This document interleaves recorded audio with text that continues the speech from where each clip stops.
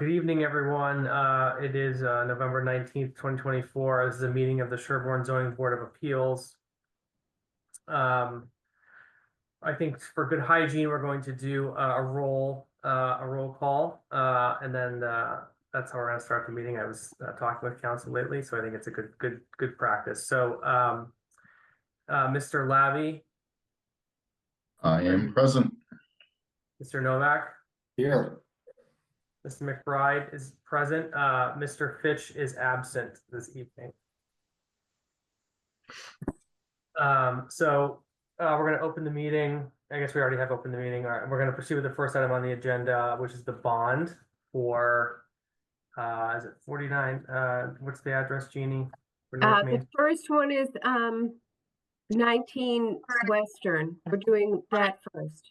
We have the bond. We do the bond first. Oh, the bond. I'm sorry. You're right. It's the bond. It's I think I sent you with the interest. It's like $10,733. Sean's on if he has any objections. Yep. This is a bond for, my understanding is the curb cut for 59 North Main Street project. And I believe that's complete. Sean Colleen, head of DPW, is here. Sean, could you comment and let us know if you agree we should release the bond and the work is complete? I do agree. It's ready to be released. The sidewalk was patched. The grass strip was seeded quite a while ago. So, I mean, we're satisfied with the work that was done. The final paving was done over a year ago, I think.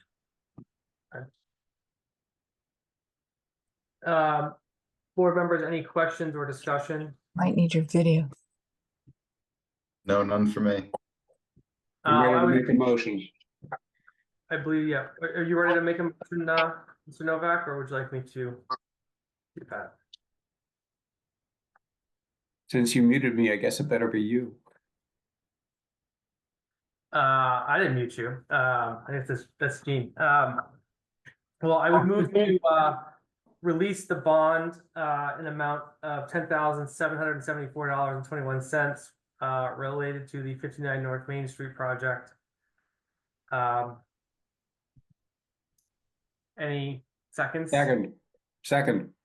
Wonderful. Vote by roll. Mr. Labby. Labby, aye. Mr. Novak. Novak, aye. Mr. McBride, aye. Passes. So bond is released for 59 North Main. Thank you.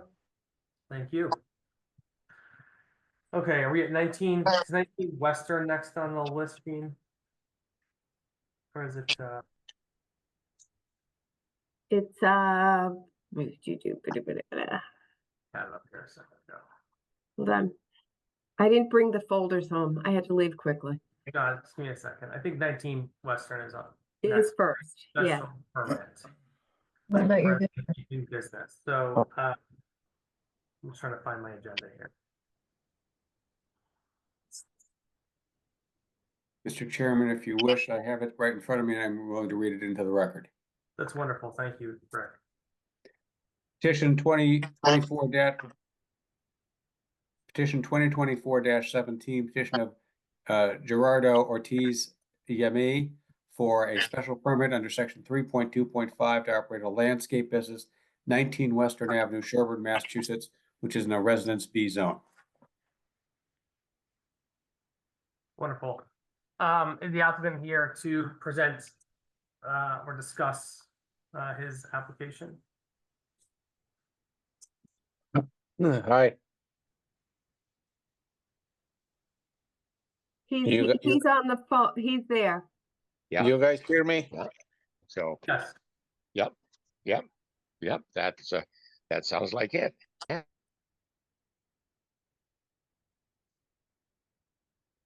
Okay, you're good.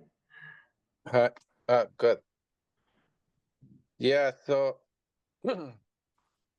I'm just asking for the permit, the special permit for the landscape business. I live at the property with my 3 daughters. The 2 of them go to Dover Sherbon. One is in 11th grade. The other one is 9th grade. and I just have the little one start kindergarten at Pine Hill. Great, and it's Mr. Ortiz, it is you're running you're seeking a special permit to run operate a landscape business out of your residence, is that correct? Yeah, I'm asking just to park my truck. I don't really do anything here than just have the trucks behind my barn. So I leave very early, around 7, and I come back until 5:30 or 6. So during the day is no activity. I normally go from Monday through Saturday, so I don't have any trucks coming and going here. I just park the trucks behind the barn. So I'm just asking the special permit just to do that. Okay. Is there any discussion from the board or questions from my board members of Mr. Ortiz? Mr. Novak? Yeah, I think one thing we need to consider here, and maybe if Chris Candy's on, he can keep me honest, is how this petition and other like petitions, including the other one we've got tonight, and some of the other landscape operations that we have in town that are in residential districts, fit and don't fit into our zoning bylaw. And technically, for everyone who isn't familiar with the zoning bylaw, these are a professional occupation, a home occupation. And it has to be incidental and secondary to the use of the premises for residents. That part's usually pretty easy. Nobody else other than the resident is allowed to be employed there. That part's usually pretty easy. No offensive noise, vibration, smoke, dust, fumes, odor, or heat. That's often a matter of some discussion on a case-by-case basis. No public display of goods or wares, no signs except as permitted in 5.2. Again, that's almost always observed. And then E is the hard one. No exterior storage of materials or equipment. So under the exact letter of the zoning bylaw, we wouldn't allow any of these. And yet the case is that we have some. And maybe Mr. Canny can correct me on sort of the scope of where we've done this in the residential zone, because I think that will help Mr. Chairman inform our discussion for this one and for the next one. Hello, I'm here if you can hear me. Yes. Hey, Chris. Chris Canny, Building Inspector, Zoning Enforcement Officer. Yeah, Rick is correct. The letter of the Sherbon bylaw speaks to no exterior storage or display of equipment or materials or wares or anything like that. And yet we have a number of these special permits sort of scattered around town for relatively small operations, whether they're landscape businesses or construction businesses or things like that. And generally speaking, in the past, the board has been willing to stretch that kind of exterior storage to allow for some, as long as it was subject to screening and not really visible from the public way or from neighboring properties. So there's probably 6 or 8 of them that already exist in town. And generally speaking, as long as they're not having a whole lot of traffic in and out or other things like that, they've been, perfectly fine within residential neighborhoods as far as not getting complaints or anything like that. It's not like my phone is lighting up with people complaining about, cars and trucks coming and going from some of these small operations. At the same time, also, I will say the planning board is actively working on updating the bylaw to give the zoning board the authority to allow exterior storage when subject to screening. So we're actually trying to change the bylaw to have that language in it for this coming town meeting. So again, it's not on the books yet, but it is probably coming our way soon. Thank you for that background, Chris and Rick. So, Todd, Rick, any further questions for Chris or discussion? I know in my experience, I've only sort of had, I think, 1 or 2 of these come before us. I think they're mostly renewals, and then there was one I recall by Powderhouse Lane. There's a bunch of landscaping businesses that rent from the landowner there behind Fireside, and I believe in that instance we've also allowed some storage of materials. So Right. So my That one's two- in the business zone though. Yeah, that one is zone business. Yep. Yep. So, Todd, any comments, questions before we open up to the residents for conversation around 19 Western, which is the topic that we're currently talking about? Which he's not asking for storage, just to point. Yeah, okay, so, just a question for the applicant. So you stated, sir, that you have your branded company truck that you'd be parking. Are there trailers and associated equipment as well? Yeah, so I put everything around the barn because the barn is not big enough to fit the truck. So yeah, I park behind the barn so it's not visible to the street. Mhm. And so I have 3 trailers and 2 trucks, and they are no diesel engines, so it doesn't make any big noise or fumes. And like I say, during the daytime, I'm not around here. I leave early and come back late, and that's pretty much the routine I have. Everything I need is very close and a landscape depot, so I get materials from there when I need it, and I empty materials when I have. So it's convenient for me. So I don't need to have anything here. I just need to for parking. Sure.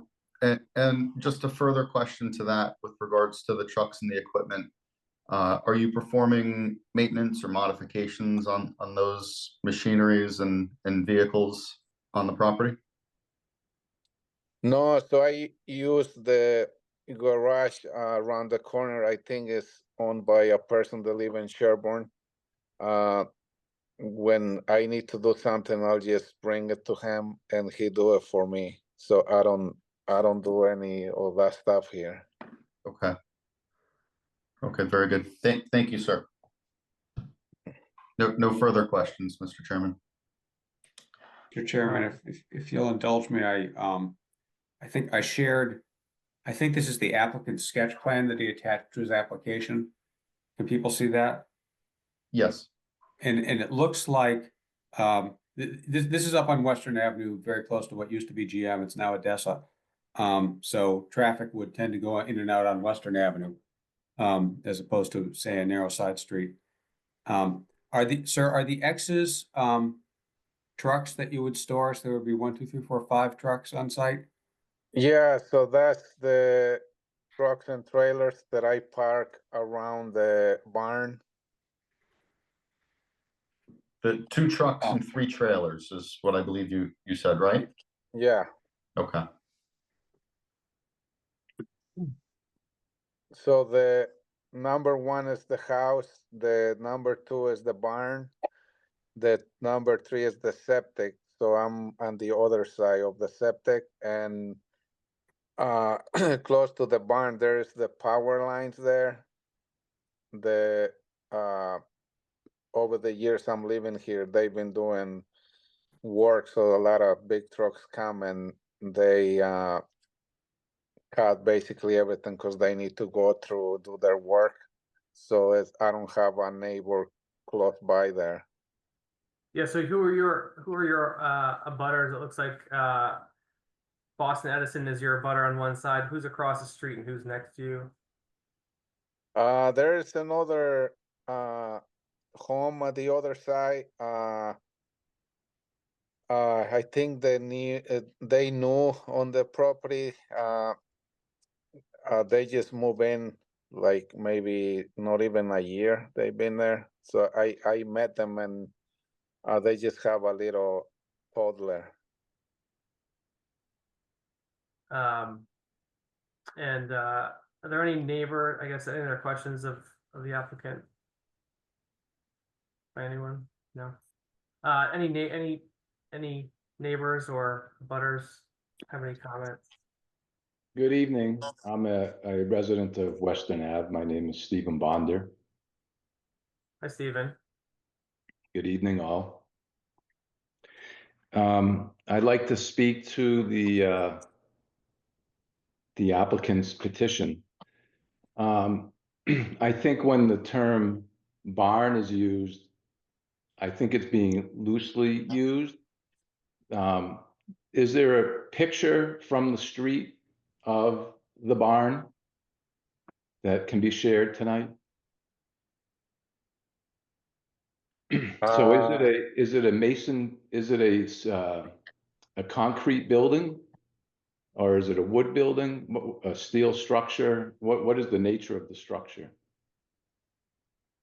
So it has like cinder blocks as foundation, and it's wood on top. So it is quite visible from the street. And when I've passed by it on numerous occasions, there are several trucks parked pretty close to the street. I haven't seen, obviously I can't see behind the structure. I don't know I don't know that I would necessarily consider that a barn per se. And I just think, frankly, I'm in opposition of the variance. Just because I think it's a slippery slope to begin to allow these kinds of special permits up a traditionally residential road. It's our entry into the town. And I have an objection to the special permit for a business use here. To me, all that can happen is it can expand. I don't think it will contract. And I don't think it's a good policy. Thank you, Mr. Vonder, for your comments. Are there any other comments from residents or neighbors? Yes, Mr. Chairman. This is Greg. I live on McGregor Ave, about a mile to the southeast, and frequently bike Western Ave, and it's my morning commute in the morning. And I think that the applicant's plan here would not really have any impact on the neighborhood. We're all driving the speed limit as we go into work. And we have major high tension lines to look at. We have Odessa, we have the prison, we have the Eversource substation. So Ortiz's barn in the backyard, which looks is frankly better maintained than most aging horse barns in town. Looks pretty nice to me. And well, I don't use him. Several of my neighbors do. And the guy does good work and his team does good work and he's out bright and early. So I think it's a great place to use the board's authority to make a special permit like this. I'm glad to hear you're taking it up in town meeting to address it as a townwide issue, but this is not the historic district in the center of town, nor abutting any of the historic horse farms and dairy farms throughout the community. This is next to Odessa and the substation. That's all. Great, thank you for your comments. We appreciate it. Is there anyone else? I'm going to take that as a no. I don't hear anyone speaking or seeing a raised hand. So board members, any follow-up comments or motions, or thoughts? Well, subject to what you two guys think, I think we might be able to permit this one with conditions, given that the town has allowed some outside storage, and probably the condition should be around how many trucks, how many trailers, where they are, and what hours, how many trips there are and when those are, because that'll probably guide how we handle other things too. But that's just my thought. What do you think, Todd? Yeah, I think that's a pragmatic and reasonable approach, Rick. I think to kind of take into account some of the other concerns that we've heard, not just for this matter, but for others in town, it'll be important to, I think, put a limit here in terms of number of trucks and trailers, and likely also stipulate with regards to where things ought to be parked. It looks like reasonable efforts are being made as of right now in terms of how things are being parked. I'd like to see that continue. But otherwise, I have no objection to the applicant continuing to use his property as he wishes. Rick, from a sort of more of an esoteric legal standpoint, I guess one thing I'm not clear on is what level of authority we have to impose conditions with respect to time of travel. I think, I can see the number of vehicles to be parked on a lot to be somewhat, within the authority, but I just want sort of just from a legal perspective, if you could educate us, you're more of a technician in this space and have more experience, so.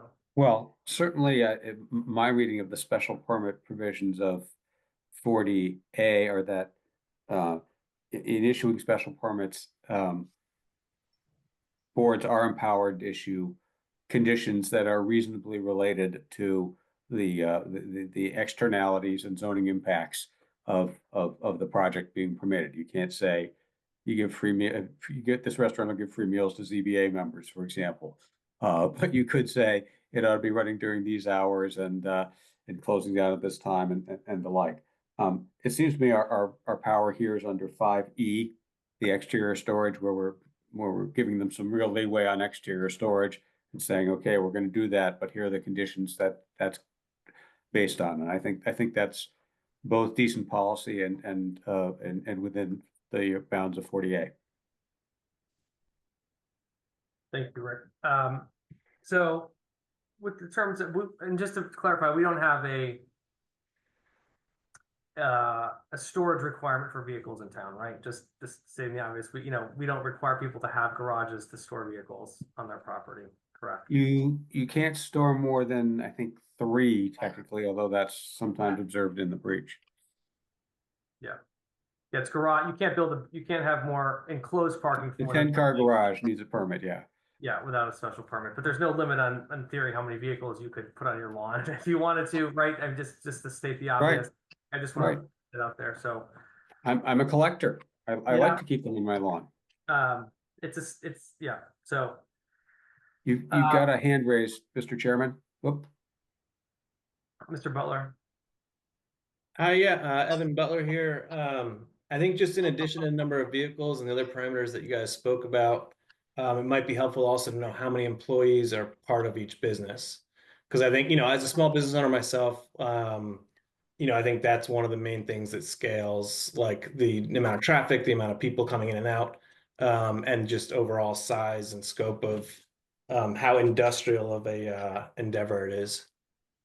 Yeah, I think, Rick, what is your perspective on the number of? It's a smart question and it's dealt with in our bylaw. He can have count on one employee other than himself.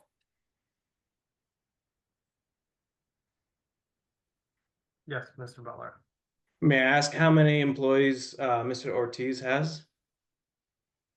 Yeah, I have one that comes here and takes it comes with one of the work truck and pack and goes.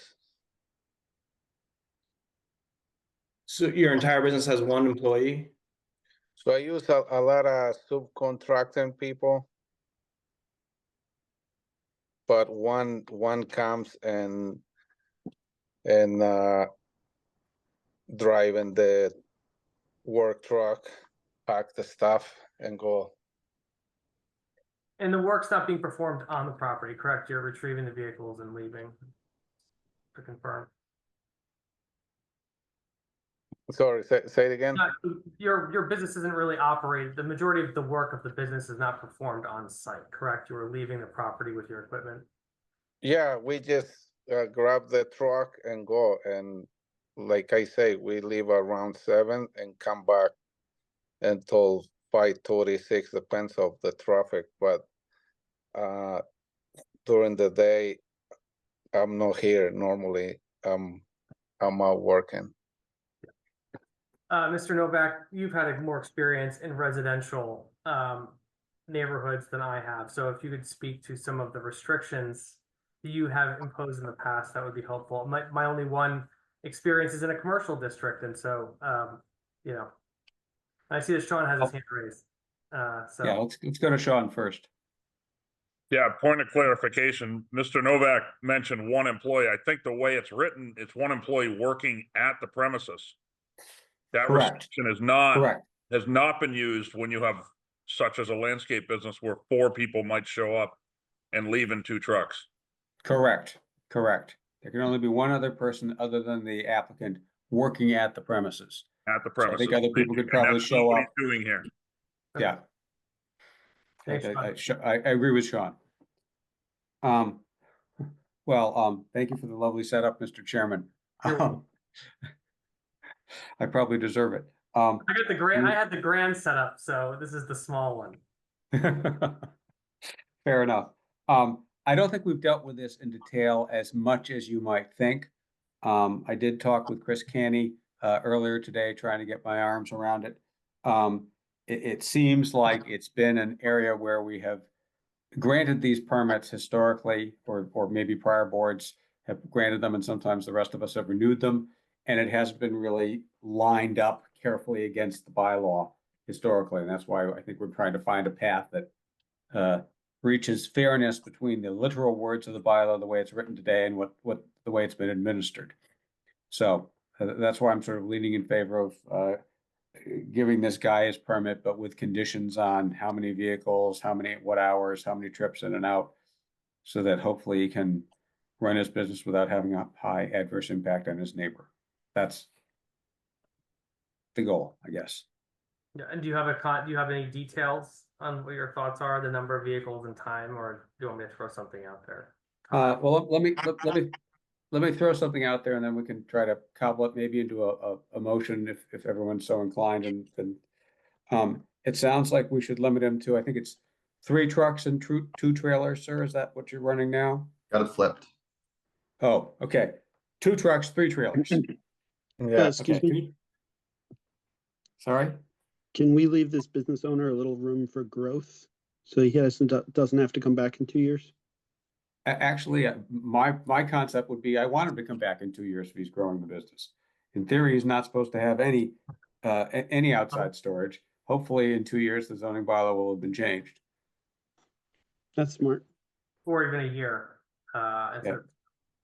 Mr. Canny, Yeah, I believe that there's 5 vehicles, a couple of pickup trucks, and then I think 3 little dump trucks. Just based on his Facebook page. There's a nice little video of the trucks all parked out in front.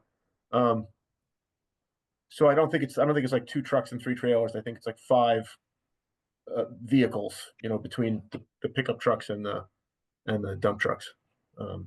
And these are little dump trucks, by the way. They're not like giant triaxle trailer kind of dump trucks. so Mr. Ortiz, tell us what you want, knowing that you're going to have to live with it.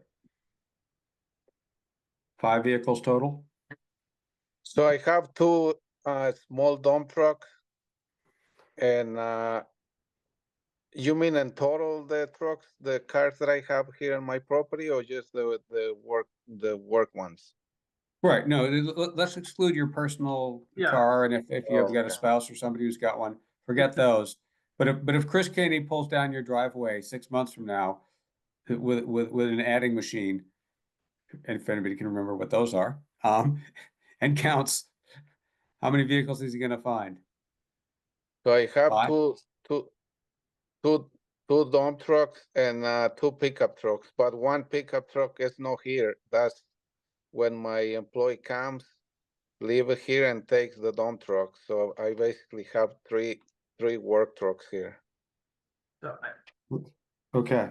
I So think we need to distinguish between the business vehicles and his own vehicles. The branded business vehicles or vehicles registered in the business name versus right.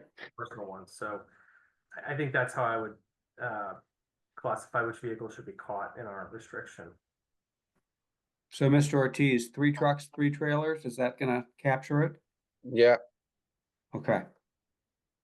All right. So, Mr. Chairman, I would amend my prior comments to say that we'll condition this on 3 trucks, 3 trailers, not before 6:45 a.m. and not after 6:30 p.m. And Mr. Ortiz, how many times a day do the trucks need to come back and forth? Once, twice, 50 times? No, normally if I have to, like, once but normally I'm out all day. When I leave, I don't come back until the end of the day. Unless I So have, if we said 3 trucks with 2 trips a day each, so six truck trips a day, would that give you enough to work with? yeah,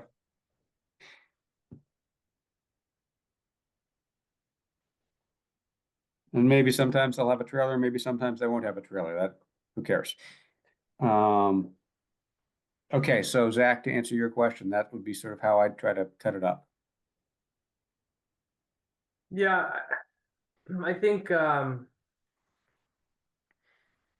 my preference would not be to limit the amount of trips, but to limit the activity and the number of vehicles as a way to achieve, I think, the purpose that we're trying to achieve. So I think that would be my preference. I don't know, Todd, what are your feelings on that? Yeah, I think we run the risk of getting overly prescriptive here.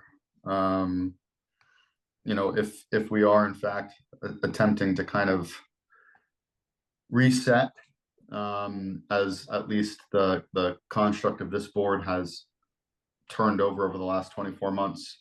So we're essentially looking to reset kind of the precedent in terms of how we apply this.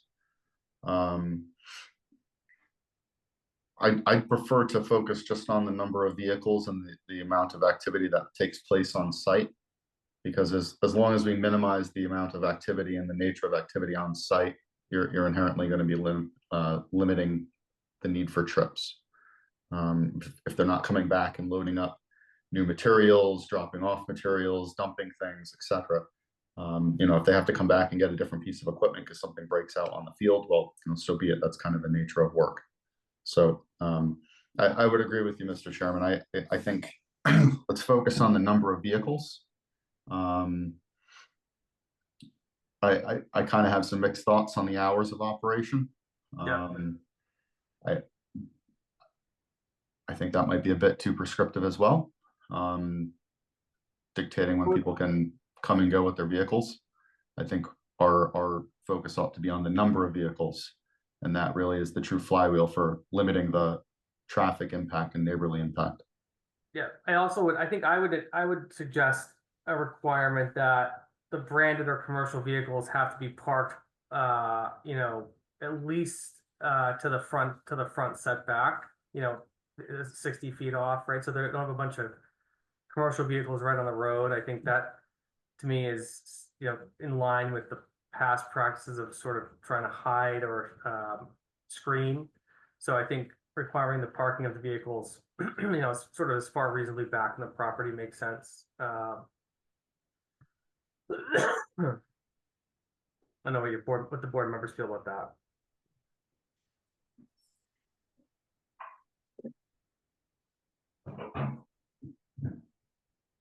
Mr. Chair, you've got I think Mr. Bonder wants to be heard again. Mr. Bonder? Thank you. With all due respect, Mr. Chairman, we've been at this conversation for close to 30 minutes. It seems like a simple request, but it's not. It is problematic, illustrated by the length of this discussion.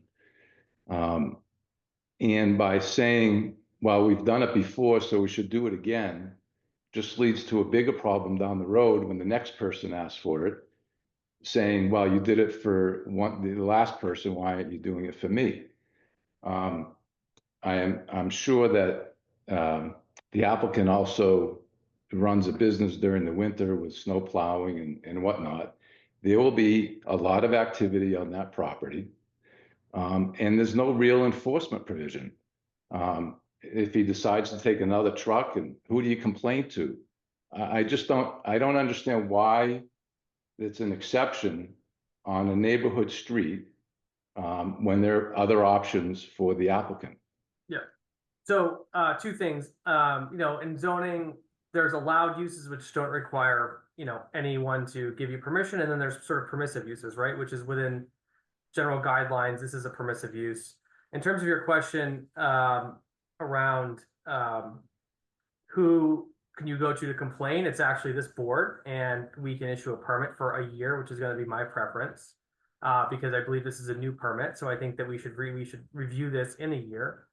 And if there is a deviation from the standards and restrictions we impose, and a demonstrated material sort of deleterious impact, then I think, we'll have something to talk about at the renewal. But, I think I'm gonna speak my opinion on this property and the other one. I think both, and the one that's coming up next, I think that these properties were probably purchased for the ability to have more flexibility in the use than a residential neighborhood or a development, right? And so these are under power lines. I know that I don't know, I don't have a specific recollection of this property, but I know that the property that's going to come up for discussion next was in a very derelict condition prior to the current owner taking possession of it, and he cleaned up a lot of trash and, I would say, environmental hazards, from my understanding, on the property, with rotting vehicles and all sorts of fluids and other things. So I think that there is a legitimate interest in promoting a limited amount of this activity on the outskirts of town, but that is my perspective, and I want to sort of get the board's perspective, on this. I'm willing to throw a motion out there for discussion if you guys want to throw rocks at it. Go ahead. Okay, I move that we grant petition 2024-17 for a special permit under 3.2.5 to operate a landscape business at 19 Western Avenue in light of the circumstances of the neighborhood, particularly the busy street, the overhead power lines, and the lack of traffic impact on the rest of Sherbon. The petition would be specifically conditioned on compliance with all of the listed items of Section 5, incidental use, limited employees, no offensive noise, no public display of goods or wares, and then that as to exterior storage of equipment and material, that be limited to 3 trucks and 2 trailers, all of which to be parked in the rear, out of sight from Western Avenue. And that there be, Mr. Ortiz, help me out. Is there material storage on site, or it's just the trucks, right? Yeah, just the trucks. Okay, so no material storage on site. And are you going to be juggling snowplows there in the winter? So the the way that I do the business is depends of the season. So right now I'm using the trucks to collect leaves. When we're done with, I put those for storage for the winter, and I use the pickup truck to plow. But again, when we leave, I'm not here. I'll leave because I do pretty much all my work is in 80 Wesley. So when I leave here, I don't come back until like 10 hours later. So I'm not here. Okay. When I leave, I'm out for plenty hours. Okay.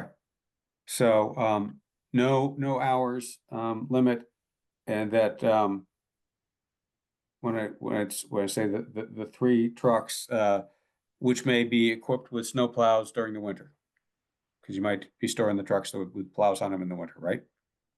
So only I do only residential for customers. So I only use the pickup trucks, and the plows are very small. 1 plow, okay. Well, maybe we spin that out in the conditions, maybe we don't. It sounds like that's not really a big part of his operation. So that was kind of a rambling motion. Did it make any sense to either of you two? It did. I think, how many trucks did we say? I think, did you said 3 trucks? So I have 2, yeah, so I have total 4, but one of the pickup truck is not in the property. I only have the 2 dump trucks and 1 pickup truck here. Yeah.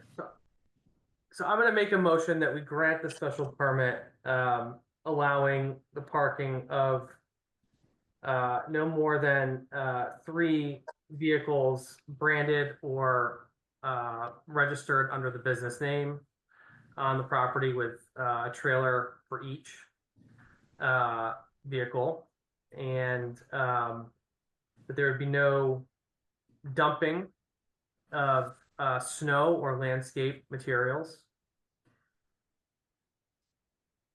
And Yeah. Rick, is there anything else that you think we should touch? Oh, and also parking. The parking of the vehicles should be of the branded vehicles should not be closer than the front building setback. So I think it's 60 feet. Is that right? So that would be no closer to the road than your house. Okay. So 3 vehicles, 3 trailers, no closer to the road than your house for parking. What do we think about that, board? I think the home may predate the current setback, Mr. Chair, Well, based on that Google Street View. I just want to be clear on how far back we want to have the vehicles. yeah, I I think think saying it's in back is, I don't know if they could all fit behind the barn. So I sort of want to give a dimensional reference versus a subjective interpretation. well, not visible from the street isn't subjective, and that might be better. Yeah, that might. Is that possible to park them all hidden from the street? I mean, that's not seemingly how it's been. So I just don't know if that's feasible. This word keys. Yeah, I think Ask for screening, Additional screening. right? Some bushes, a fence, something to screen the parking area from the road. It's been asked for in the past. Right. I mean, for example, Mr. Chairman, I think Skip Smith technically has outside storage over there on Coolidge, but he hides it behind his barn. Okay. So I'm gonna leave the artful motion drafting to you, Rick. We'll try it one more time. Okay. And then we gotta close this one out. We gotta close this one out and move on. Okay, okay. I move that we grant the special permit under 3.2.5 under all the conditions of 3.2.5, and on the further conditions that all storage be out of sight and not visible from the street. No more than 3 trucks, no more than 3 trailers. These are all used in connection with the business. His personal cars, separate matter. That's my motion. Seconded. Seconded, yep. Great. thank you so much. Vote by roll, Mr. Labby. Labby, aye. Wait, Oh, sorry. The duration will be for 1 year. Is that thank you. For 1 year. for 1 year? And if there's any residents that find issue or non-compliance, they can come back to this board in 1 year and share their thoughts. And obviously, if you have anything before that, please feel free to let us know. So that the motion is just the modification is 1 year. So with that, I will second it. If Rick agrees with that modification, seconded. With that, Mr. Labby, I think you're going to vote aye. Well, he's on mute at the moment. He might have a child care issue. So why don't we just pause until Mr. Labby can return on this particular vote? Maybe can we go to another matter without voting on this at the moment? He's Sorry. back. Yep, sorry, I'm back. Okay. I'm So we holding down the modified- fort on my own this week. Good luck, Todd. So 10-year-old needed a hug. so we modified the motion to 1 year. So 3 trucks, 3 vehicles, not Yes. from the street. If there's additional screening necessary, then he'll have to deal with that. Yes. Agreed. Aye. Aye. Mr. Novak, Aye. Mr. McBride, aye. Your special permit passes. We'll see you in a year. Thank you so much. Congratulations and thank you. Thank you. Next on the list is 41 Perry, similar discussion. This is a follow-up discussion from a previous hearing. I don't recall the date. But with that, I think that there's been a lot of input from the residents. I will note for the record, and a signed letter with a large number of residents objecting to the granting of a special permit, at least in the scope that it seems that the sort of business has been conducted at 41 Perry, at least for the last sort of recent past. And I think this past week, Mr. Canny, you made a site visit to the property and had a conversation with the applicant, Mr. Barrows. So, Chris, can you sort of update us on what you saw, and maybe if you have, I don't know who has control of the meeting for photographs, if you have them available, but that would be helpful. Yeah, I visited the site with Mr. Barrows on Monday, and he showed me around the back area of the property, which has been significantly reduced in the amount of stuff and equipment that was there previously. The storage bays are now empty of any material. There's really not a lot of like stockpiling of other materials. There's some plows, there's a few skid steers sort of getting in preparation for winter snow clearing mode. As we were talking about it, he said he had about 6 trucks that went out that morning, and they would be back at the end of the day, and that was kind of the limit of the amount of traffic that was coming in and out. A lot of stuff just kind of goes there and waits for its seasonal use. The plows, skid steer equipment, they might go out on jobs and stay out for, months at a time, it sounds like. It's got one dumpster. There was one person working on site, repairing one of the trucks, with a welder. It wasn't particularly loud or any sort of issue with like offensive noise or fumes or anything like that. Yeah, it's a lot less intense than it was in the past on this site. Thank you, Chris. And just a quick question, I took a drive by the other day. My perception was I couldn't see a whole lot from the road. You had to sort of go into the abandoned prison building parking lot to see much of this with the trees down. I just want to get a sense from you. Yeah, it's you really see- hard to see this from Sherbon. As you said, if you go down around the back into some of the old prison building properties, you can kind of see in through the woods when the leaves are down. But it's pretty well screened from any public way or abutters. And there really aren't hardly any abutters to this property either. It's the power lines on one side and the prison on the other side. Okay. So I think board members, I don't know if you have any questions for the applicant or Chris at this point. I don't know if you've had a chance to review the materials.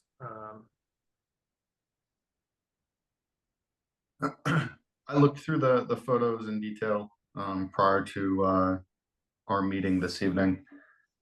I do think, and it's a bit of a complication, I think, for this board, it does stand in stark contrast to the special permit that we just issued this evening in terms of the scale and level of activity.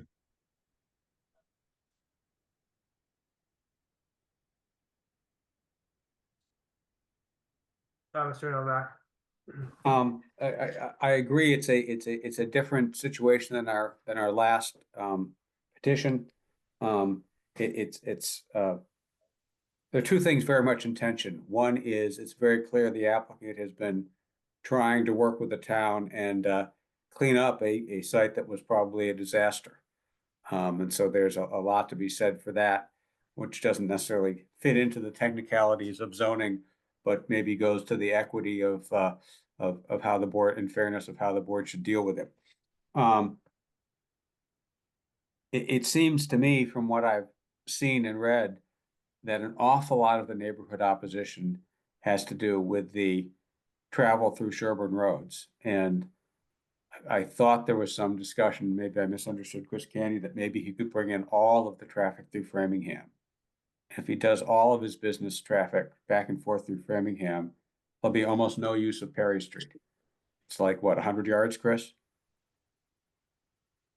Yeah, it's a very, very short distance around the corner down into Framingham. So I wonder if that might, reduce the most difficult impact for the town by simply having the trucks go back and forth through the commercial roads on Framingham. And in this case, maybe we ought to be talking about number of vehicles and vehicle trips, because it sounds like most of the external impacts here are the vehicles coming in and out, as opposed to what he's doing on the site. I mean, we'll still have to control what he does on site. He looks like he's trying to do the right things, but that's kind of my 50,000-foot view, Mr. Chairman.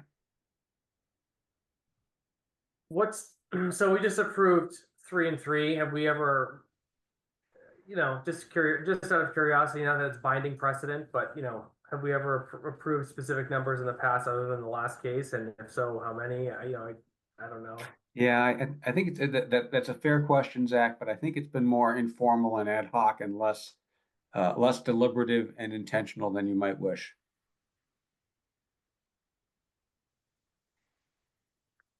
Chris, you can tell me if I've got it wrong, but that's sort of or Jeannie, someone who knows the history even better than I do, but I think it's kind of been, we look at one and we make sort of figure out what to do with that particular one-off. Yeah, I think that there's been some amount of, like, we have so many employees coming to the site to take the trucks away, kind of things that have been put in, but there's been no sort of standard to apply, I guess is the best thing to say. It's certainly been based on specifics of their business, and how the I would site's think, I would think that if somebody just out of allows me this moment of sort of joke, but I would imagine that if someone was trying to put up a yoga studio on a residential neighborhood and it required 20 cars at a time, we would have an issue with that. We would limit, we would try to impose limits to that. So I'm just trying to figure out sort of what is our theoretical principle of offense? Like what level of increase do we find a detriment or a danger? Is it 200% of the residential value? Is that sort of like a good guide? I'm just trying to think of how we think about this going forward. Not that it's a hard and fast rule, but no, but it's a smart question, because we've dealt with yoga studios, and the yoga studios usually get hung up on, and they have to try to be a home occupation as opposed to professional, because there's more than one member of the public served at the time. They have people coming to them, and they can't have 20 cars come to the yoga studio. It's not allowed. So the number of employees you have on site other than yourself, and number of people you have coming on site to be served, other than that tend to be how the bylaw gates it, Zach. Yeah. Mr. Butler, your hand's raised. If you have some thoughts. Yeah, no, I was just gonna I think basically say what I think Rick just said is I think the bylaws, based on the one employee, kind of outlines how many people are allowed, right? So I think in the past meeting, Mr. Barros mentioned he had, I think, 40 employees in 2 different businesses operating out of this location. That's not at all one person operating out of their house. This is a very different operation. Excuse, can I butt in really quick? Yes, Mr. Barros. As long as Mr. Butler's finished, that's all. Yeah, I'm finished. Thanks. Okay. Sorry, it was just a correction for you.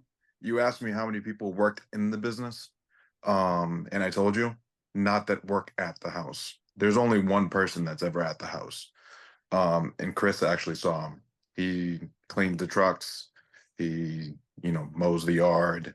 He does light maintenance on the stuff that I need light maintenance on. So there's only ever one employee at the house that stays here. The rest of the employees work for the business, but they don't work here physically on site. And in terms of the number of businesses that we have here, I've taken everything else except for Elite out. I even removed my uncle used to live here for 35 years and parked his trucks here. And I asked him to leave too. So it's just my trucks from Elite that are gonna be here and just one employee that works on site. Besides that, there's nobody else. The employees come in, they grab a couple trucks if needed, throw garbage in the dumpster, and then they leave. So it's not, they don't stay working on site. Thank you. Mr. Butler? Can I just ask Andre then, so based on the pictures that Chris Canny just showed, are you saying that one person unloads all those stone pallets by themselves? Is that accurate? Like, I can't imagine that would be easy to do for one person. And also with the 4 different trucks, the 4 skid steers, like, do you really need 4 skid steers if only one person drives them? So, like Chris said, I store my equipment just like everyone else might have tractors in town. They might have more than one piece of equipment. And then they go off site for 6 months at a time. Those aren't driven back and forth. They might go to a site or not. And they're more than 100 feet off the road. So they're tucked away. But in terms of do people work on site? No, just one person unloads what we have to do, unload on site. And then I do have employees that come in and grab trucks and then they leave. So that the answer would be yes, there's more people that come here and grab the trucks if needed, trucks, trailers, equipment, and then they leave. But in terms of being on site and working on stuff, no.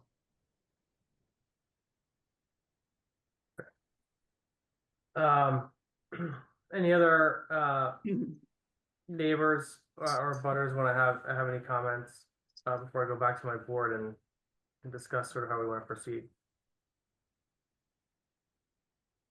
My name is Steve Solomon. I'm at 24 Prospect. I'd like to comment on the number of trucks going up and down Prospect Street, particularly in the early morning hours and late in the afternoon. I've been working at home and my office window looks out on Prospect Street, and I have seen a significant number of increased trucks going up and down the street at those hours. The other issue, Prospect Street, as you all know, it's a winding country road. There's an increased number of people walking up and down the street during the day and early in the morning and late in the afternoon. If there's a way that the truck traffic can be diverted through Framingham, I think that would eliminate a significant safety hazard that is possible to avoid on Prospect Street. Thank you. Thank you. Anyone else from the neighborhood? Marion, I saw your hand was raised earlier. I don't know if you had a comment. Yeah, my new version of Zoom is not showing me where my raised hand goes. But I'm also on Prospect Street, but I also hike and walk a lot. And there is a trail that goes along under the power lines that goes, excuse me, adjacent to this property under the power lines, which I walked probably 10 days ago. And at that time, the yard, which looks in Chris Canny's photos very clean, hardly anything there compared to what was there when I walked by. So there's been a huge cleanup, and I'm sure Chris appreciates that, and so do I. However, a lot of the stuff stored there that I observed, I would guess might be moved back because it looked like, you know, the working equipment, the rocks, the materials, lots of parts. So I'm concerned about, you know, talked a little bit about enforcement, how much actually is going to be there over time. We need to keep an eye on. And as a resident of Prospect Street, I have to say, I'm not against small businesses in town if they can operate in a safe way, but Prospect Street, for those of us who walk it, is hazardous at best. The visibility is often very poor as you come around corners and over hills. It's very windy and hilly, and the visibility is not good. So the numbers of large vehicles that are coming up and down the street are a big concern to the people on the street, and they're a safety concern. It's easy to almost hit somebody driving even the speed limit on Prospect Street.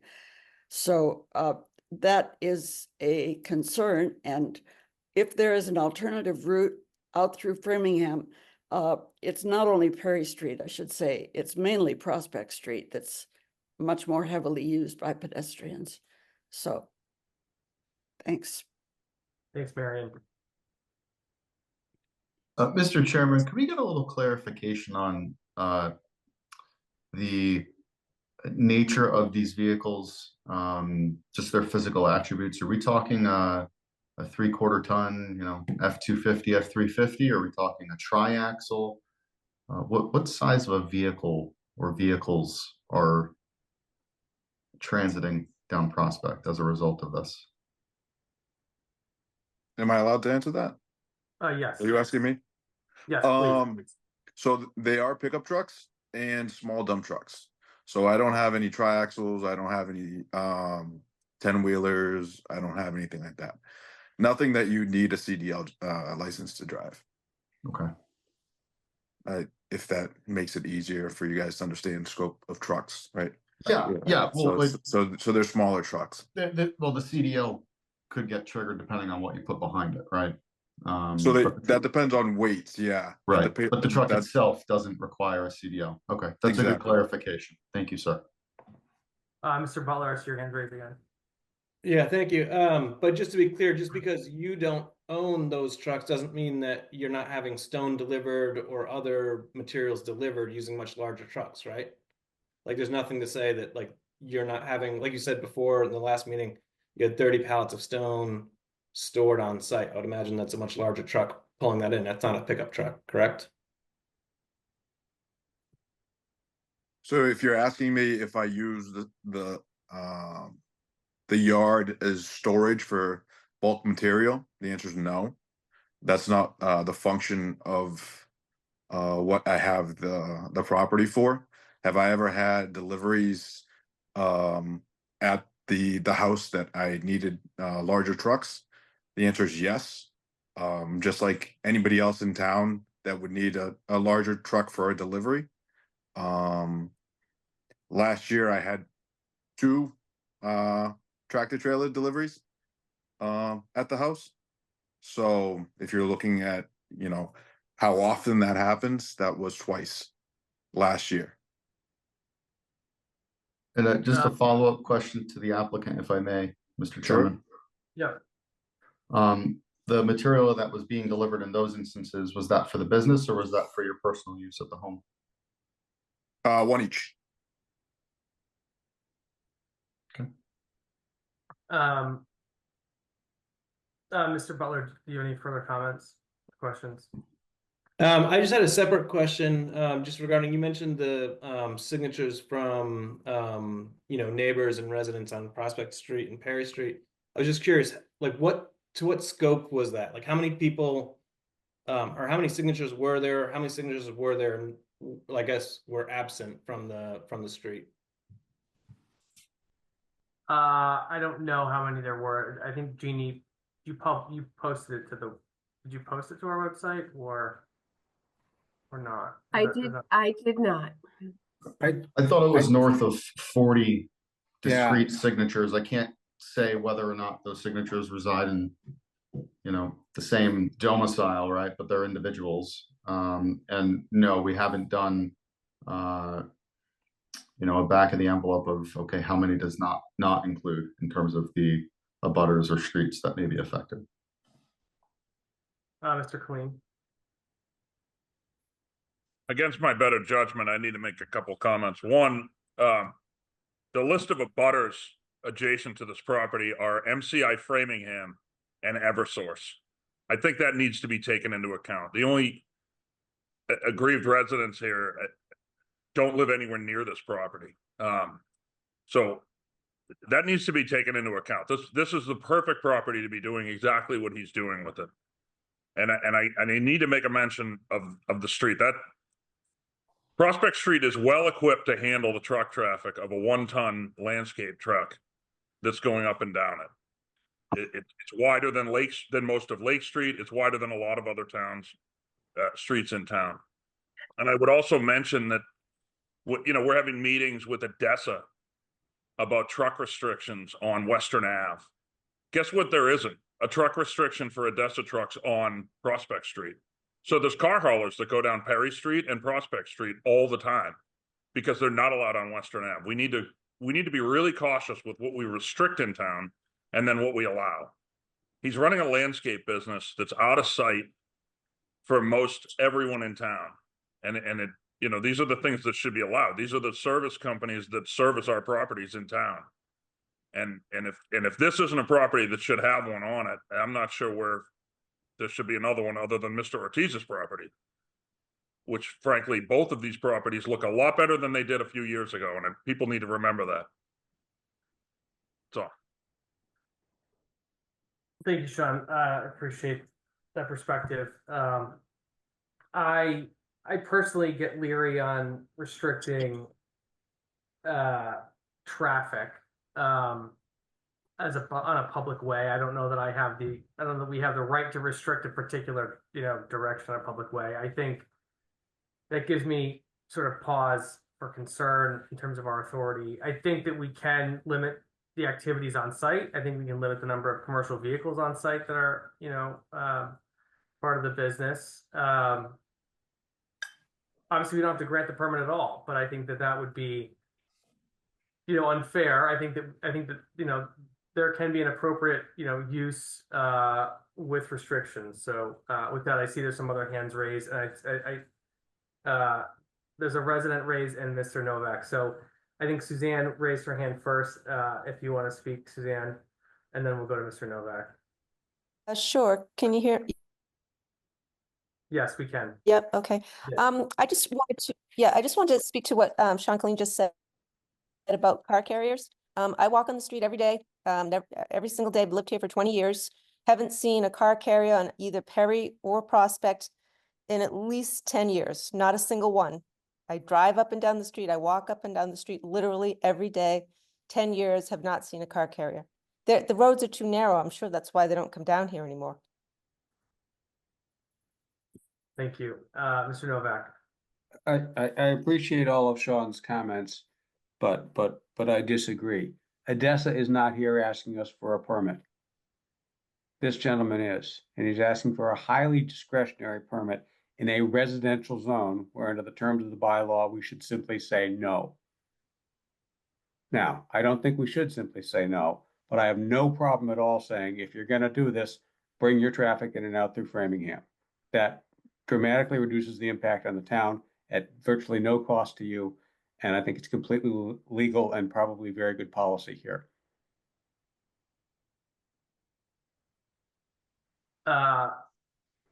Forcing an undesirable traffic load to another town feels like a NIMBY to me, but that's my perspective.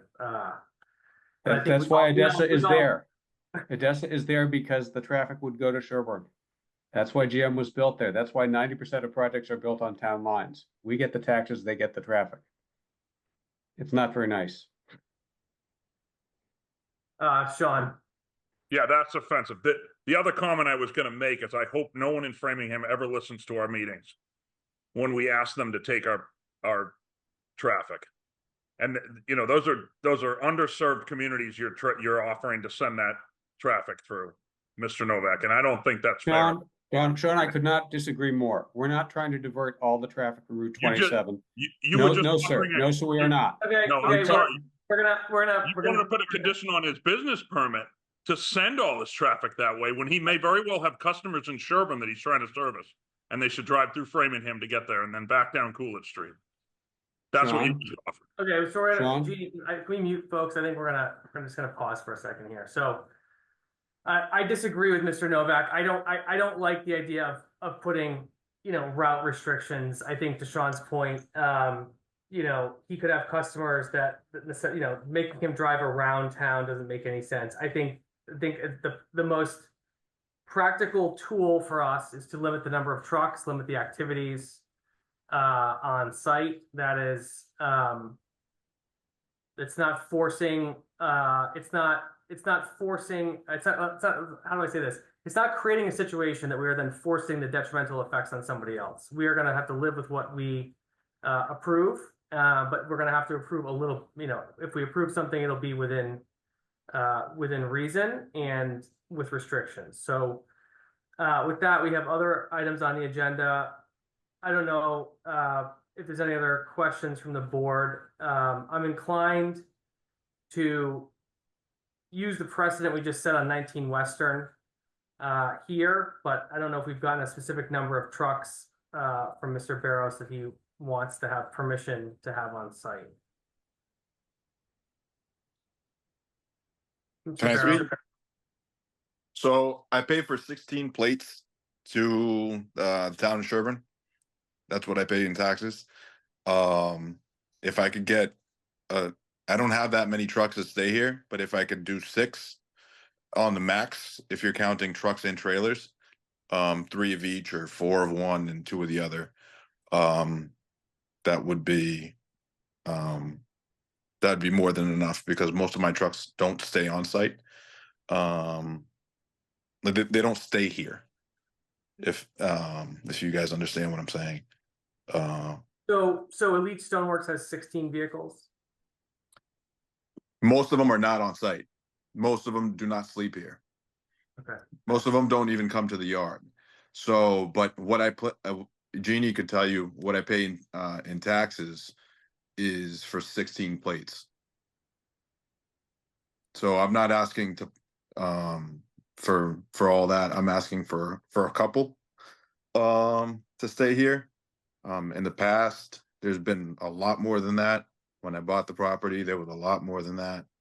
But if I could have a couple, that'd be great.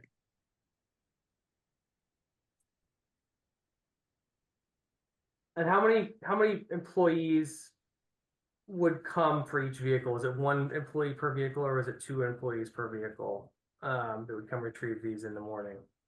So generally, Thinking. I only have two trucks on site and maybe a trailer, or 2 here. Generally all my stuff stays on sites. We do larger projects and they don't come back to the yard. So when guys come in the morning, it's, one small car will bring 3-4 guys, and they'll grab 2 or 3 trucks and then they'll leave, in the trucks and grab the trailers and stuff and head out. And I can direct, I know you guys don't want to enforce it, but I can tell the guys just to turn down, left towards Framingham, and it's no big deal to me. I live literally right on the town line. So yeah, I mean, I think that if we get to a motion, I won't endorse a traffic restriction, but I think for your own sake, it's probably going to be the best course of action if that does happen to happen. Mr. Chairman, may I make a comment? Yes. I'm not in favor of stipulating where the traffic goes in the special permit, but I think there might be some neighborly, thought that one could put there in terms of where they might want to move the trucks and how they might want to direct the traffic. Yeah. I get that. That's not a problem.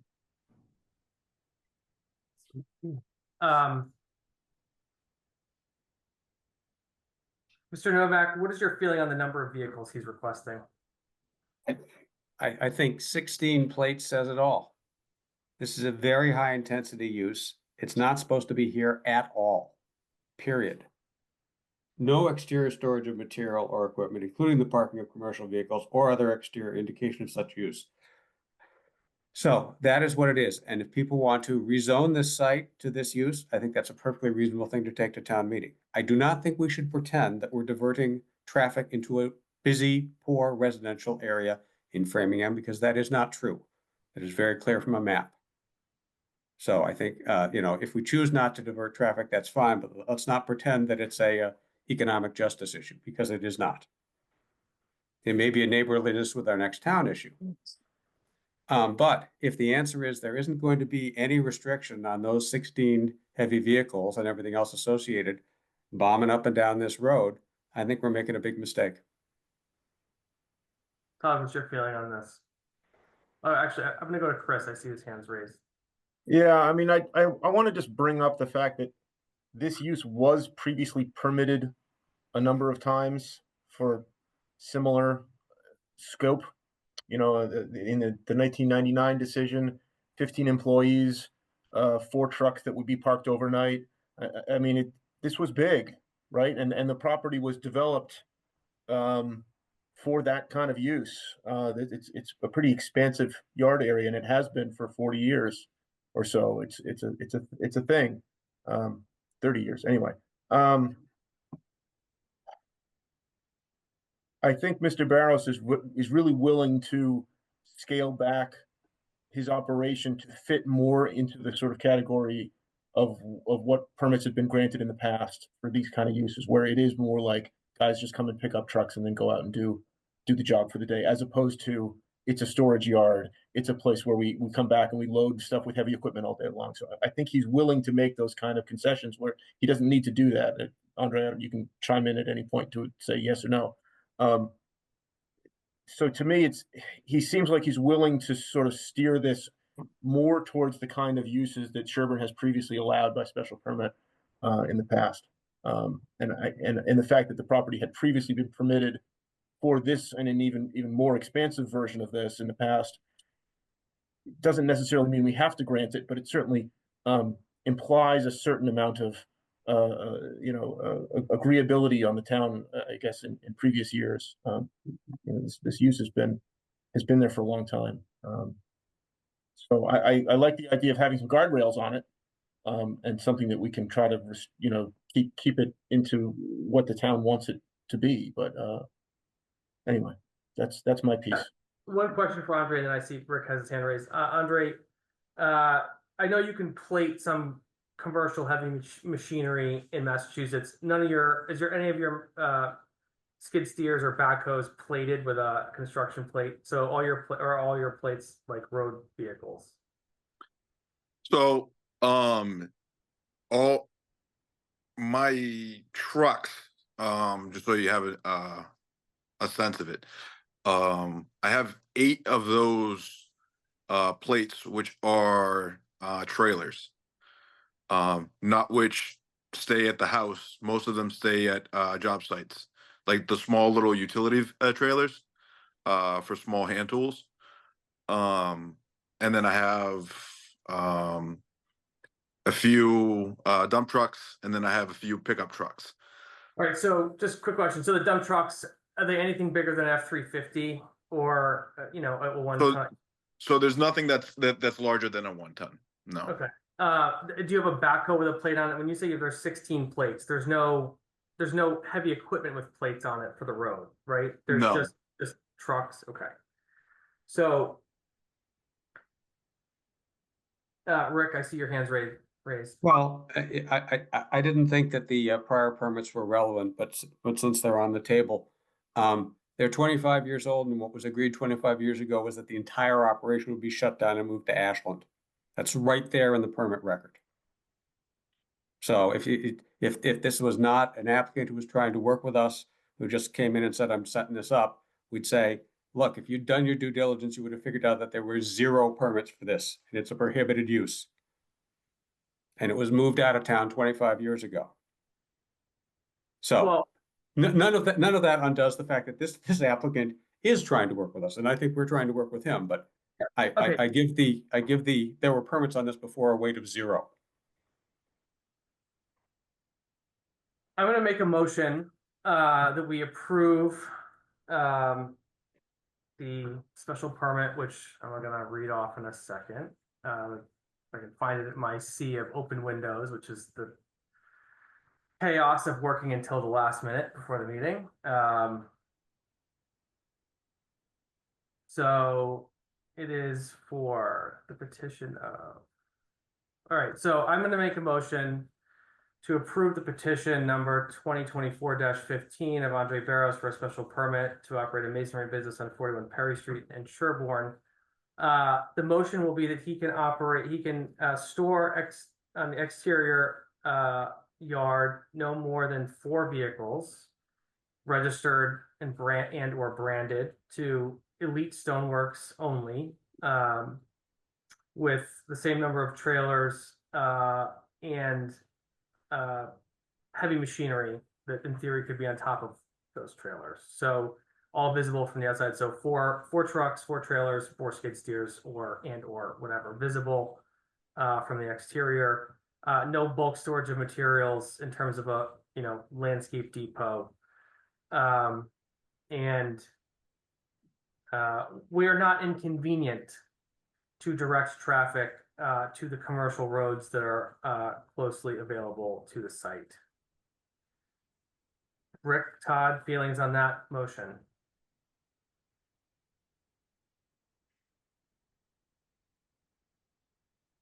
Is that not more than what the applicant is requesting?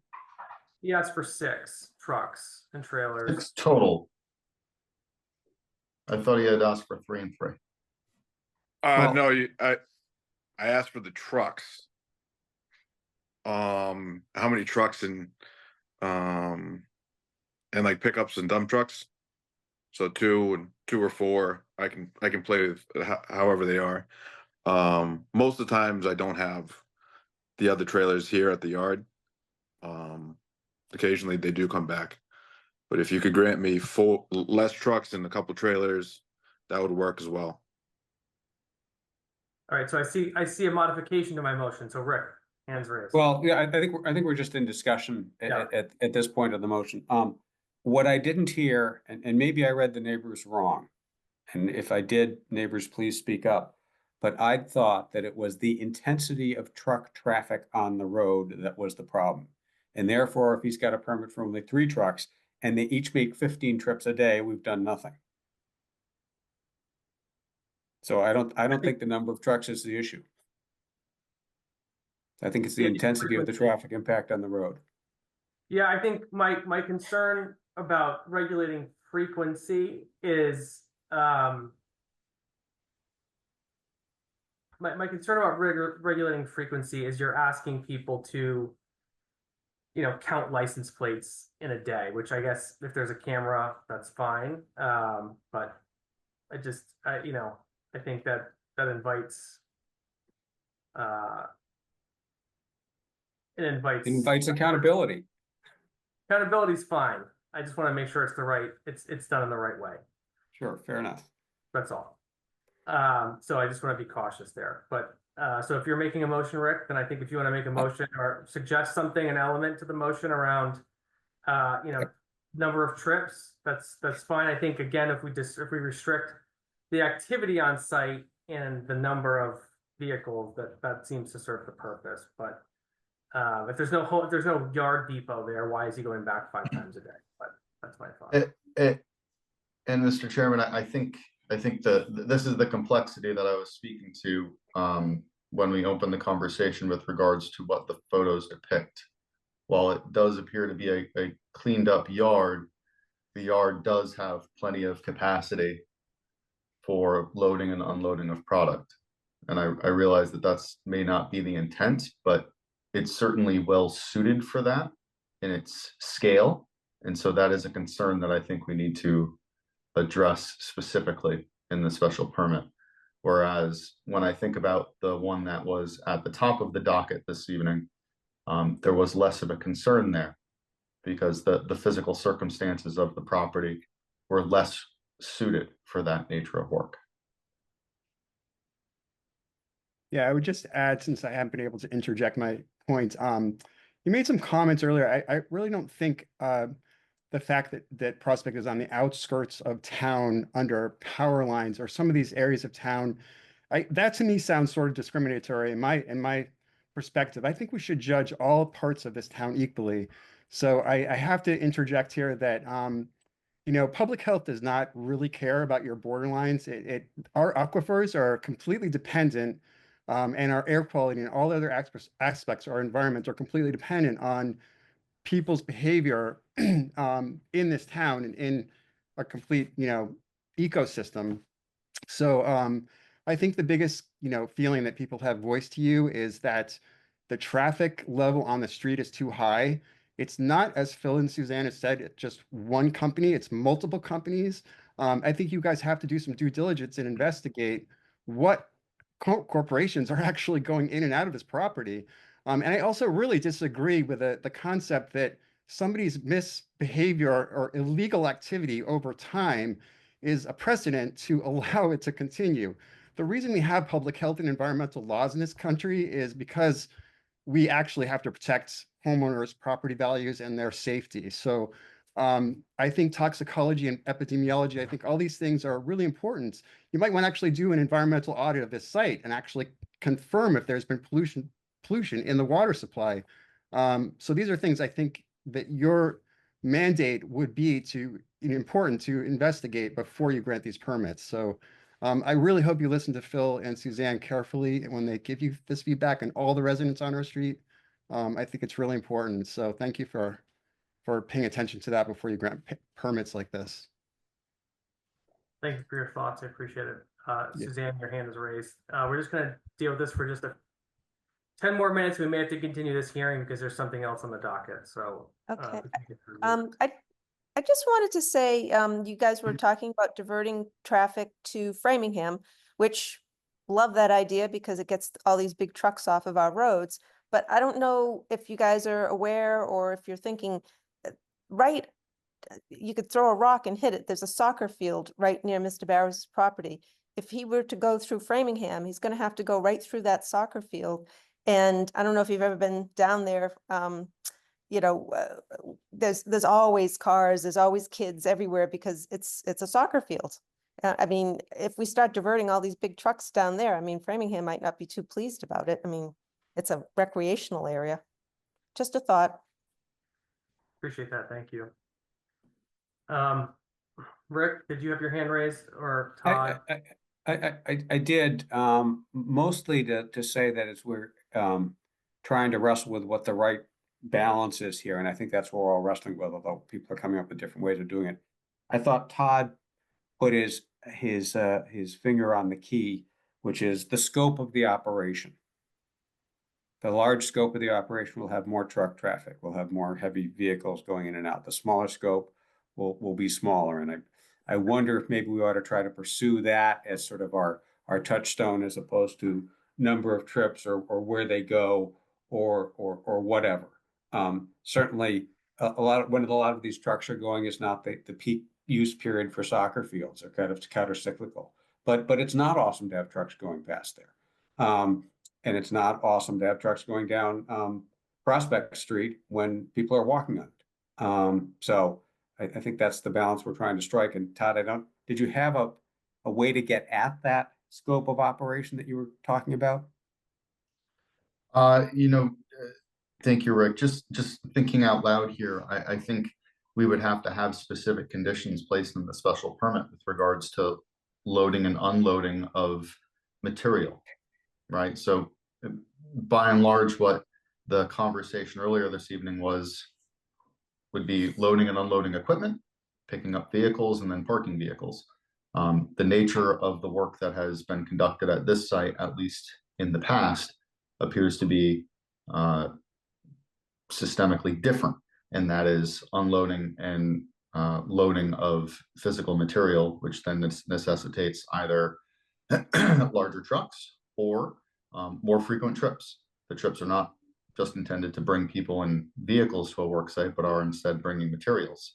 That could be many trips per day for a work site, depending on how many pallets you can fit in your truck. These are not very large trucks, right? So if you have an 8-foot bed, it's 2 pallets. That's what you can fit, right? Depending on what you have as a trailer, okay, maybe you can put a couple more on there. So I think if we're going to address the root cause of the problem rather than redirect it and put it out of sight and out of mind, which I do not think is the right way to do this, I think we ought to put limitations around the nature of work that can be conducted on site.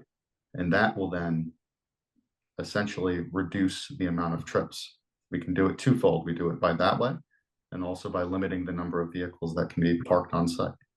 But I don't see this as being a parking issue. It's intraday transiting issue.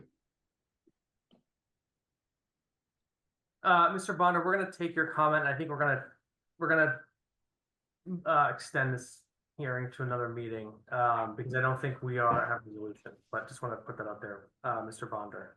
Thank you, Mr. McBride. One question and then a comment.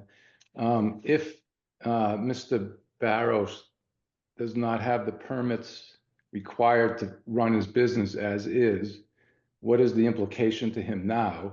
What does he need to do? And secondly, perhaps Mr. Barrows, the applicant, can come back, since he's heard the conversation, with a proposal for what his conditions should be on his permit. But importantly, what is the status right now? If he doesn't have the appropriate permits, what is he allowed to continue to do? So the status right now, and Chris can jump in, and I appreciate that suggestion that he propose his own conditions. I think that's a good idea. He could submit that to the board. I think that might help us, given that he's been listening to this conversation, the previous permit request as well. Chris, did you have any thoughts on Mr. Bonder's comments in terms of enforcement? I mean, at this point, he's applied for the permit. We're going through the process. He's been cooperative and responsive to Chris when he has brought up issues. So I think that there isn't a huge desire to seek an enforcement action at the moment to, get him to stop participating until the board has gone through its process. And I see, Chris, I don't know if you have anything to say, or do you want to defer to Rick? Yeah, typically we would hold any enforcement until after the board has made a decision. At which point, depending upon the decision of the board, we would go whichever direction we have to go. Rick? All right, the technical answer to Mr. Bonder's questions, that's any of the neighbors could go to the building inspector demanding that he enforce the zoning bylaw and shut it down. And that he might do that, he might not do that. If his appeal of his action would come to us, we'd be right back here again. I think a theme that is very clearly interwoven here is that this is a applicant who's trying to work with us, and we're not in a rush to try to throw him out. But technically, that's how it works. Mr. Chairman, I have an alternate motion for you, if you'll hear me. I move that we table the current motion to approve and continue the hearing to our next date in order to give the applicant and neighbors and other interested parties a chance to try to work through some conditions around the scale of operations. So that's my motion. Seconded. Vote by roll, Mr. Labby. Labby, aye. Mr. Novak. Aye. Does this mean we're putting it off until our meeting on, is it the 26th? I was just gonna say the date. Is that the next date? It is the 26th. I'm fine with that. I'm just asking the question so it's on the record. Yeah, so to amend your motion to the 26th, to continue it until the 26th, I will second that again. Mr. Labby. Labby, aye. Mr. Novak. Novak, aye. Mr. McBride, aye. Mr. Barrows will continue to the next hearing on the 26th. Hopefully we will get to resolution in that meeting. Thank you for your patience. Not a problem. Thank you. Next on the list is Bob Murchison with Phoenix Partners for Brush Hill LLC, as well as Washington Street Homes LLC. Bob, I don't know if you have a preference on which you want to discuss first. If you're still on. Yeah, I'm still here. So why don't we do Brush Hill first, because that date really should be what informs the extension date for Washington Street would be my suggestion, Zach. Sounds good. I know you want to discuss an extension. Do you want to discuss anything more than a particular date, or is there anything? Well, so there was a little bit of confusion in the communications. And we're talking about Brush Hill now, right? Yes, Yeah. Brush Hill. So Brush Hill, I was asked about the 180-day period for Brush Hill, and I went and checked, and you opened the hearing, I believe it was June the 26th or thereabout, right around that day. If I do the math correctly, that would get us to approximately, give or take, Christmas. And so I don't think we need, I don't think you need to ask me for an extension. I don't think I need to provide one at this point. We have plenty of time to do that, and I certainly would like to meet at least once more before that time. And so what I would suggest is that we continue Brush Hill until the earliest date that you all are available for. I would propose, the beginning of December. And then at that time, we can discuss an extension beyond the holiday 6-month.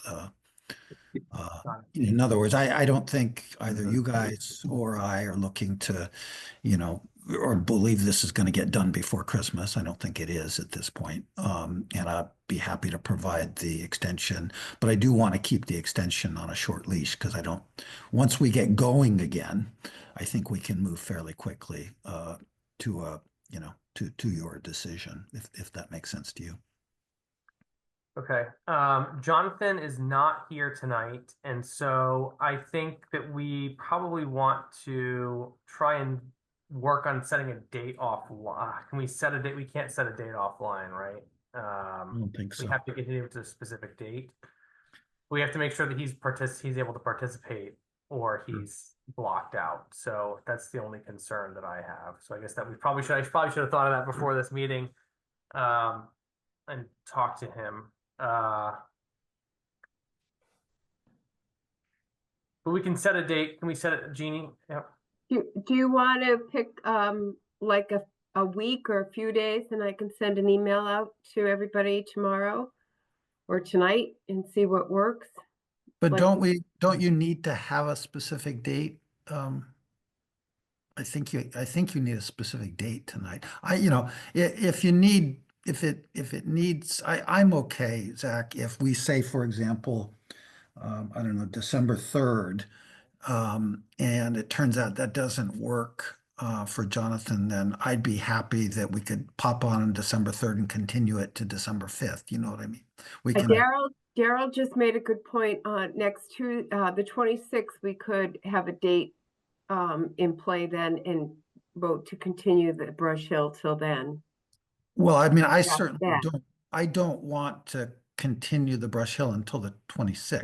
No, November 26th. I'm sorry. Oh, November sorry, 26th. sorry. Yeah, on the 26th, we have a meeting. We can have a discussion about, we can continue it to that date. We know Jonathan's participating, then we can pick Sure, that works okay for me. Sure, yeah. Thank you, Daryl, for the suggestion. Why don't we do that? We'll put it on and we'll continue to continue. Gotta love process. But I would request that maybe Jeannie tries to get a date the first week of December that you guys. Yeah, we'll try to circulate a date. Yeah, early in December. I can do that. Okay. Great, Yeah. thank you. And then so Put it on the first of the agenda. I think Andrew's raising his hand, so I'll thanks, defer. Bob and Zach. I just want to make sure that still on the agenda would be the presentation by our lawyer, Dan Hill, and our hydrogeologist, Scott Horsley, at that meeting, but it's not going to be the 26th. The 26th is the date where you will select the date for all that to occur. Is that correct? That's right. Okay, that sounds fine with Yes, and you are on deck for the next live meeting we have on the issue. So great. Thanks very much. Mr. Novak. I think this sounds like a fabulous plan. Bob was just trying to do a quick and dirty date count, because we get the 30 days, 31 days, all that stuff. Yep. I think it's December 22nd or 21st. It's right on top of Christmas one way or another. So I think if we mentally hold ourselves to December 20th, we should have plenty of room. Okay. Thank you, Rick. I would move to continue the Brush Hill 40B comprehensive permit application to November 26th, 7 p.m. Seconded. Great. All in favor, Mr. Labby? Labby, aye. Mr. Novak? Novak, aye. McBride, aye. And I think we need another motion to continue Washington Street for this to the same day for the same future planning. So I move to, so I guess we have to reopen the Washington Street hearing just to continue it. So I guess we are reopening the Washington Street 40B comprehensive permit hearing, and I'm making a motion to continue that hearing until November 26th at 7 p.m. Any seconds to that? Second. Great. Mr. Labby, Yeah, aye. Mr. Novak, Aye. Mr. McBride, aye. Approved. So we'll see you on the 26th, Bob. Thank you, guys. Thank you. I think that concludes the agenda for the evening. So thank you, everyone. We'll see you. We need a motion to adjourn. Motion to adjourn. Motion to adjourn. The Second. November 19th meeting of the Zoning Board of Appeals, seconded by Mr. Novak. All in favor? Mr. Labby, Labby, aye. Mr. Novak, Novak, aye. McBride, aye. Meeting is adjourned. Thank you, everyone. Good night. Thank you all. Have a good evening.